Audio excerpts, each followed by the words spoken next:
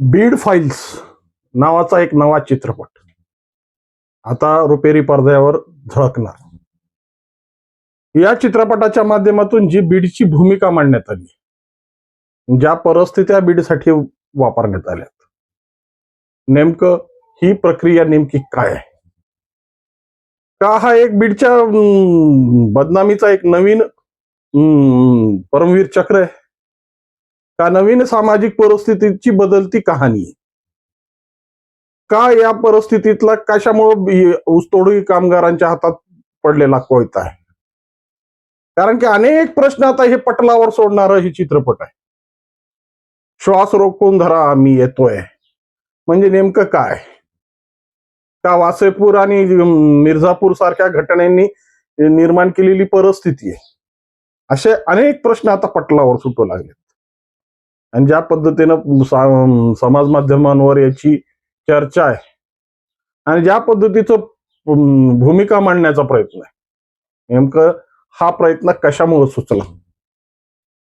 या सगळ्या घटना खऱ्या अर्थानं बीड जिल्ह्याच्या विकासात्मक धोरणासाठी पूरक आहेत की मारक आहेत? अशा अनेक प्रश्न आता हे चित्रपट निर्माण करणार.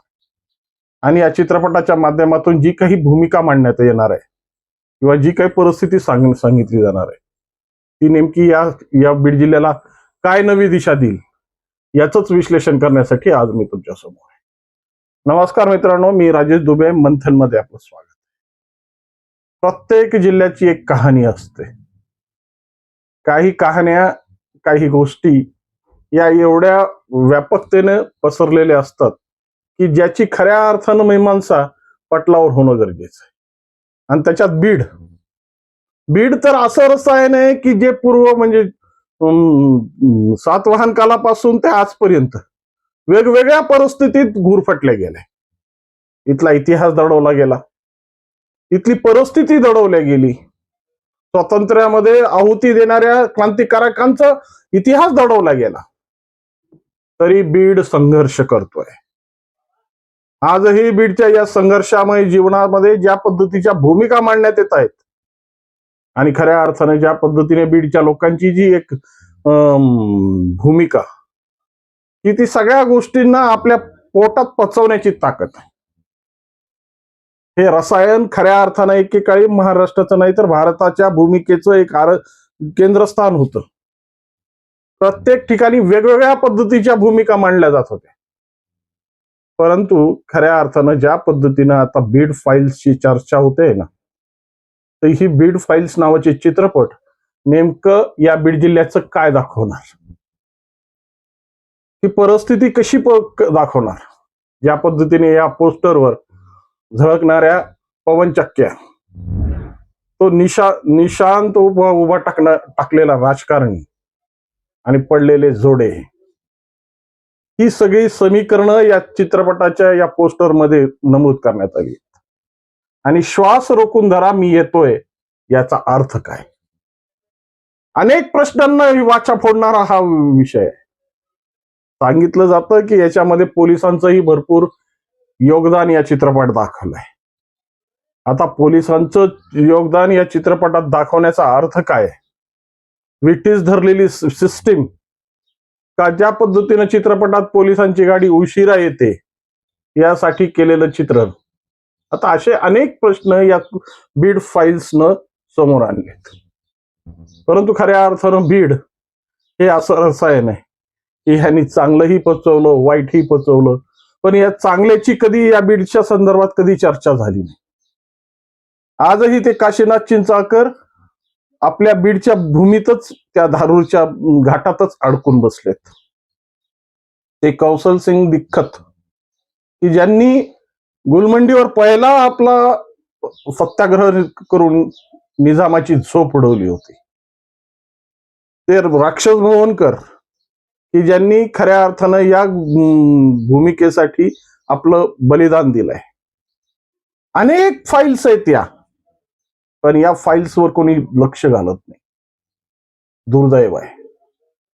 आजही दासोपंतांच्या ज्या भूमिका, काव्यात्मक रचना फक्त साहित्याच्या पुस्तकातच दडल्या गेल्यात. ज्या पद्धतीनं मराठवाडा विकास आंदोलन उभं करण्यात आलं आणि या मराठवाडा विकास आंदोलनाला मराठवाड्यातच दाबण्यात आलं. पण ज्या पद्धतीनं दोन युवकांनी हे मराठवाडा विकास आंदोलन देशाच्या भूमिकेपर्यंत आणि देशाच्या पंतप्रधानांच्या राजीनाम्यापर्यंत पोहोचवलं, ती दोन मुलं बीडचीच. तर ह्याची चर्चा कुणाची? फक्त काय आहे, बदनामीचा स्वर आणि भांडवल करण्याची परिस्थिती. आता खऱ्या अर्थानं या दिग्दर्शकांनी डॉक्टर डोईफोडेंना काय संकल्पना सुचली आणि कशा पद्धतीनं ही भूमिका मांडली. पवनचक्क्यामधलं खरं रहस्य बाहेर पडलं तर अनेकांच्या पायाच्या खालच्या वाळू सरकतील. कारण की आजही ते दडलेलं आहे आणि दडलेलंच चांगलं आहे. कारण की या भूमिका इतक्या सोप्या आणि सहज नाहीयेत. ज्या पद्धतीनं वरच्यावर भूमिका दाखवून जी सहानुभूतीची भूमिका मिळवली जाते ना, त्यापुरतच त्याला मर्यादित ठेवा. खरं सत्य आणि कागद जर चाळायला सुरुवात झाली आणि वास्तविकता जर समोर आली, मग आतापर्यंत जे काही झालं ते होतच नव्हतं होईल. परंतु या गोष्टीची कोणाला तमा आहे? आम्हाला फक्त मनोरे उभे करायचेत आणि मनोरे उभे करत करत करत ही सगळी जी भूमिका आहे, आम्हाला विकास या बीड जिल्ह्याला कधीच पचलेला नाहीये त्या काळापासून. कारण की एका काळी सोने की चिडिया म्हणणारा हा बीड जिल्हा प्रत्येक गोष्टीनं वैभव संपन्न होता. तेल बियाण्याने संपन्न होता, सोन्या नाण्याच्या बाजारपेठेने संपन्न होता, वस्त्र उद्योगाने संपन्न होता, दूध दुभत्याने संपन्न होता. अशी कोणती गोष्ट नव्हती. पण आज हा देश, हा जिल्हा दळदरी झालाय, दळबद्री झालाय. इथल्या नागरिकांच्या हातात उसाचा कोयता पडलाय पण कुणालाच तमा नाहीये. का झाली ही व्यवस्था? ही व्यवस्था निर्माण झाली फक्त आत्मकेंद्रित वृत्तीमुळं आणि स्वतःच्या पत्तरवाळीवर ओढलेल्या भातामुळं. आणि प्रत्येक जण आपल्या आपल्या पद्धतीनं आपली खळगी भरण्याचा प्रयत्न. आता नेमकं हे बीड फाईल्स नवीन काय दिशा दाखवतं, काय भूमिका मांडतं आणि कशा पद्धतीने या बीडचं चित्रण करून सामाजिक परिस्थितीमध्ये एक नवीन स्वर निर्माण करतं, याकडे सगळ्यांचं लक्ष आहे. परंतु खऱ्या अर्थानं सामाजिक परिस्थिती आणि सामाजिक जो विकास बीडचा खुंटला आहे, जे आज दारिद्र्य या बीड जिल्ह्याच्या नशिबी आलंय.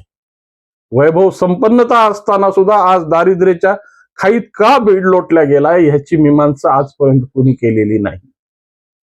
खऱ्या अर्थानं याचा खऱ्या अर्थाने ह्याच्यावर प्रकाश पडला पाहिजे आणि या प्रकाशाच्या माध्यमातून जी गेलेलं गतवैभव पुनर्वैभवामध्ये कसं परिवर्तित होईल आणि या सामाजिक भूमिकेला नवीन दिशा कशी देता येईल यासाठी खऱ्या अर्थानं प्रयत्न झाले पाहिजे. पण आमच्याकडे प्रयत्न हे नकारात्मक आहेत. खऱ्या अर्थानं या प्रयत्नांची भूमिका बीड जिल्ह्याच्या परिस्थितीसाठी किंवा कोणाचा तरी राजकीय बळी घेण्यासाठी अजून उद्विग्न पद्धतीनं मांडले जाईल. कारण की आधीच माध्यमांनी आणि परिस्थितीनं हे सगळे प्रकार केलेत आणि वास्तविक स्वरूपात ज्या पद्धतीनं बीडचं चित्रण दाखवलंय सगळ्या महाराष्ट्राच्या पटलावर किंवा राष्ट्रीय पटलावर, खऱ्या अर्थानं ते आज बीडकर भोगतायत. ज्या पद्धतीने पाकिस्तान मधल्या लोकांची अवस्था आहे की चांगल्या लोकांची अवस्था अशी झाली आहे की ते बाहेर गेल्यानंतर त्यांना कोणी लॉजवर रूम देत नाही, कोणी हॉटेलमध्ये नीट बोलत नाही, कोणी विश्वास ठेवत नाही. यदा कदाचित उद्या महाराष्ट्रामध्ये कुठं फिरत असताना तुमच्यासोबत सुद्धा असा अनुचित प्रकार घडू नये. महाराष्ट्रामध्ये बीडचा म्हणल्यानंतर तुम्हाला लॉज मिळू नये. जी परिस्थिती तुमची जमलेली, एखाद्या जर पोटाची खळगी भरणारा माणूस जर बाहेरच्या जिल्ह्यात रोजगारासाठी ओळखायला गेला आणि जर त्याला पत्ता विचारला की तू कुठला आहेस, तर त्याने बीड सांगावं आणि त्याला मिळालेली खोली सुद्धा कधी कधी नाकारण्यात यावी. अशी परिस्थिती भविष्यात येऊ नये याची काळजी मात्र बीडकरांनी आणि बीड जिल्ह्याच्या निवासींनी 100% घ्यावी. आणि चांगलं ते मांडताना खूप काही मिळतं, वैभव मिळतो, विकास मिळतो, पर्यटन मिळतं. परंतु वाईट मांडताना फक्त मिळतात त्या बदनामीचे डाग आणि त्या डागामुळं आजही बऱ्याचशा गोष्टी गुन्हेगारीच्या शिक्क्यामुळे आमच्या कपाळावर मारल्या गेल्या. बघा ते जळगावचं ते झालेलं कांड, त्याच्या बदनामीचे स्वर आजही पटलावर आहेत. कितीतरी लोकांचे संसार मोडलीत त्यामुळं, कितीतरी मुलांचे जमलेले विवाह तोडले गेले. त्याला कारणीभूत काय? ती घटना का मांडलेली परिस्थिती? खऱ्या अर्थाने जी परिस्थिती आहेत त्या वास्तविक पद्धतीने मांडाव्या आणि त्याला रोखण्यासाठी, त्याला परिस्थितीमध्ये कशा पद्धतीने परिवर्तित करण्यासाठी प्रयत्न व्हायला. पण ह्याची परिस्थिती उलटी होते. याच घटनेचं भांडवल करून, या घटनेच्या माध्यमातून आपल्याला जितकं जास्तीत जास्त महत्व प्राप्त होईल यासाठी केलेली ही अट्टहास खऱ्या अर्थानं कधीही सामाजिक पटलावर पचणार नाहीत. आणि येणाऱ्या काळात बीडला नवीन काय ओळख देता येईल या बीड फाईल्सच्या नावाने बघूयात नेमकं काय होत आहे. काय वाटतं तुम्हाला? काय नेमकं होईल या संदर्भात आणि काय भूमिका मांडली जाईल बघा. जर पटलं तर मांडा, नाही पटलं तर सोडून द्या. व्हिडिओ आवडला असेल तर लाईक, शेअर आणि सबस्क्राईब करायला विसरू नका. नमस्कार.